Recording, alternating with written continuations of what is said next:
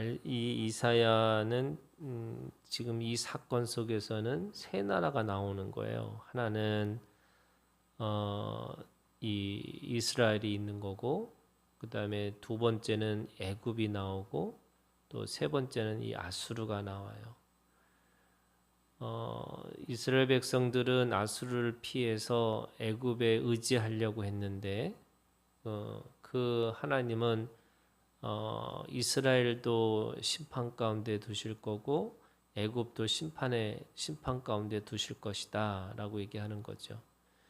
그 심판의 도구가 누구냐면 바로 아수르가 될 것이다라는 거예요.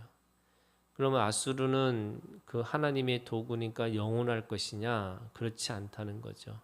그 아수르조차도 이 바벨론에 의해서 결국 하나님 앞에 심판 가운데 있을 것이다. 이렇게 말씀하세요. 그러면 모두가 다 심판 가운데 있는 거냐? 아니요. 그렇지 않다는 거죠. 하나님의 남은 자들이 있어요.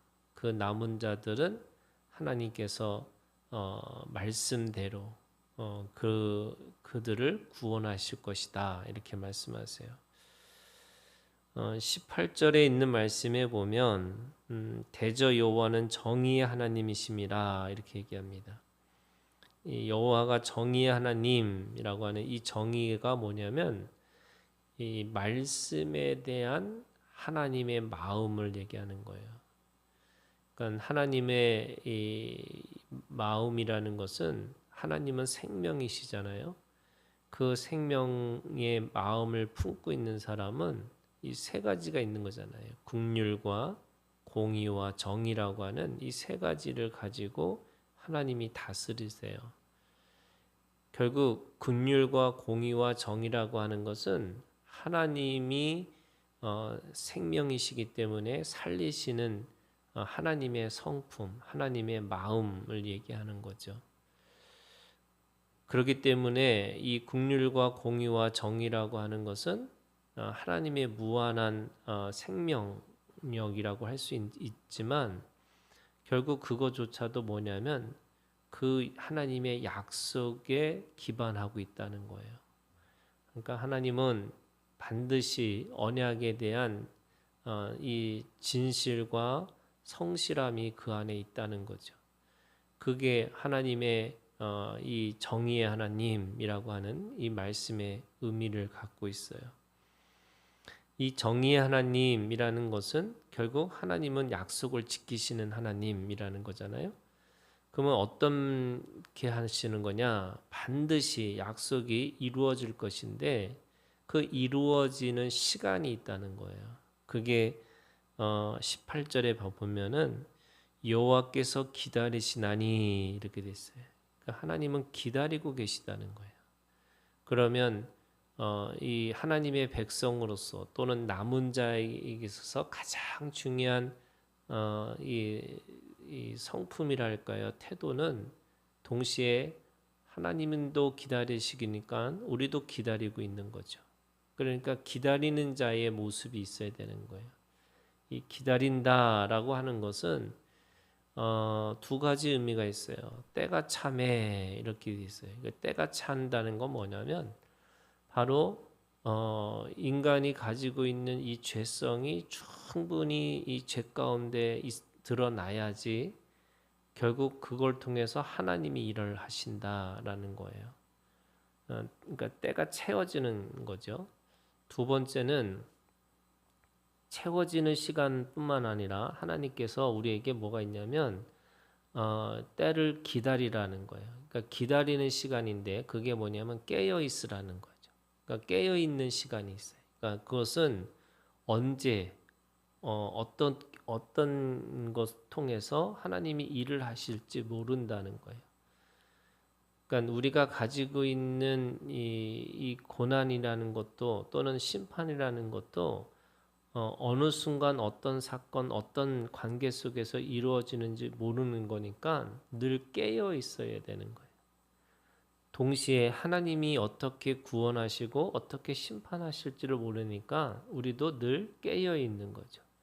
그러니까 채워지는 시간이 있는 반면에 그 시간 속에서 어떻게 일을 하시는지를 모르는 그래서 늘 예민하고 또 민감하고 또 그 안에서 하나님이 하시고자 하는 거를 늘 우리가 경외함으로 기다리고 있어야 되는 거죠. 그래서 기다리라고 하셨어요. 그러면서 뭐라고 말씀하시냐면 은혜를 베푸시되 그가 들으실 때에 네게 응답하시리라.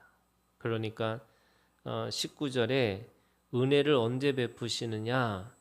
그가 들을 만한 때 하나님께서 그 은혜를 베푸시겠다 이렇게 말씀하세요. 그러니까 뭐냐면 저도 모른다는 거예요.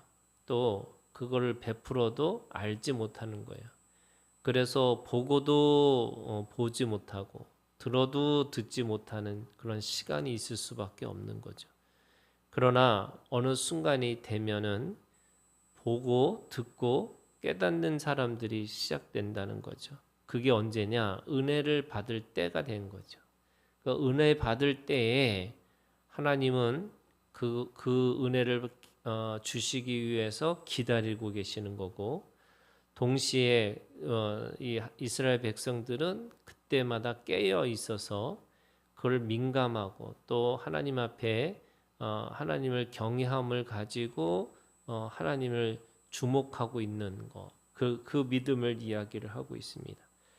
그렇게 되면 20절에 그 환난의 떡과 고생의 물을 다 겪고 나면은 그때서야 스승이 다시 숨기지 아니시니 네 눈이 스승을 볼 것이다. 그 환난의 떡과 고생의 물을 먹은 자만이 보이기 시작하는 거예요. 그 다음에 21절 너희가 오른쪽으로 치우든지 왼쪽으로 치우든지 네 뒤에서 말소리가 네 귀에 들려 이르기를 이것이 바른 길이니 드디어 들리기 시작하는 거죠. 그러니까 보이기 시작하고 들리기 시작한 것이 뭐냐? 이 환난의 떡과 고생의 물을 충분히 이거를 경험한 영혼이 들리기 시작하고 보이기 시작해요. 그러고 나니까 22절 또 너희가 너희 조각한 우상에 입힌 은과 부어 만든 우상에 올린 금을 더럽게 하여 불결한 물건을 던진과 같이 던지며 이르기를 나가라 하리라.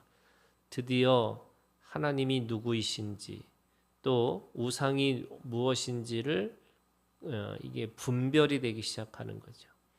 그러니까 보이고 들리기 시작하니까 구별이 되고 분별이 되고 성별이 되는 거예요.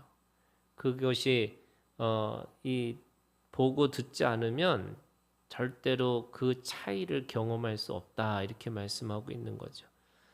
그러면서 23절부터 26절은 그렇게 하나님의 때를 기다리는 사람 또는 하나님의 시간이 채워지는 시간을 살았던 사람들에게는 하나님의 부유하심과 풍성함이 그 10년 가운데 차고 넘친다라고 해요.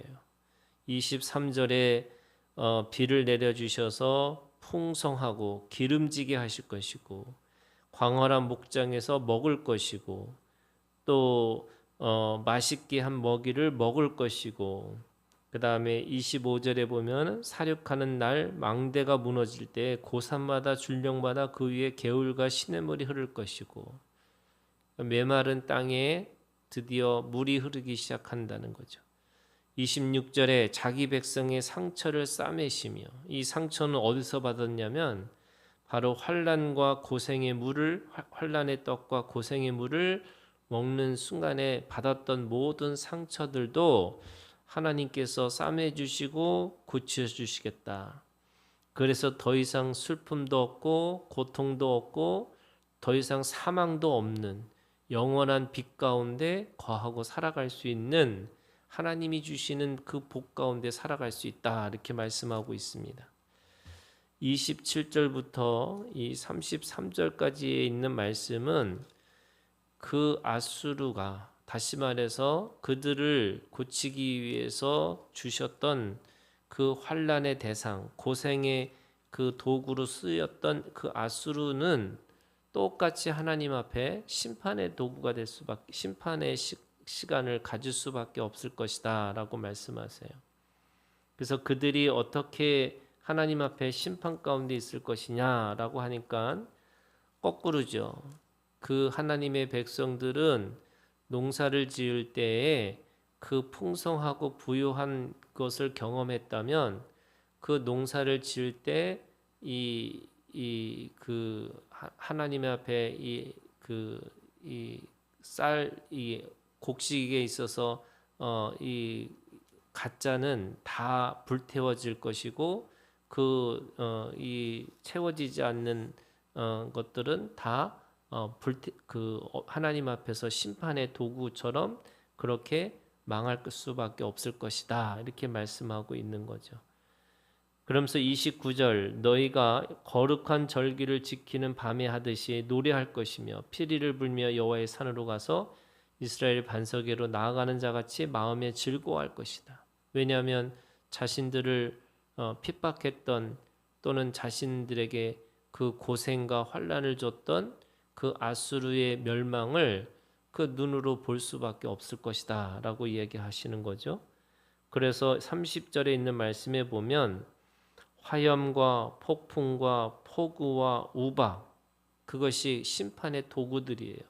하나님은 그들을 그렇게 화염과 폭풍과 폭우와 우박으로 그들을 심판하실 것이다 라고 말씀하시는 거죠. 그래서 그거 31절에 주께서는 막대기로 또 32절에 예정하신 몽둥이를 그래서 그걸 통해서 막대기와 몽둥이로 그 아수르의 이 죄악을 또는 그 아수르의 죄를 하나님께서 반드시 물을 것이다 이렇게 말씀하세요.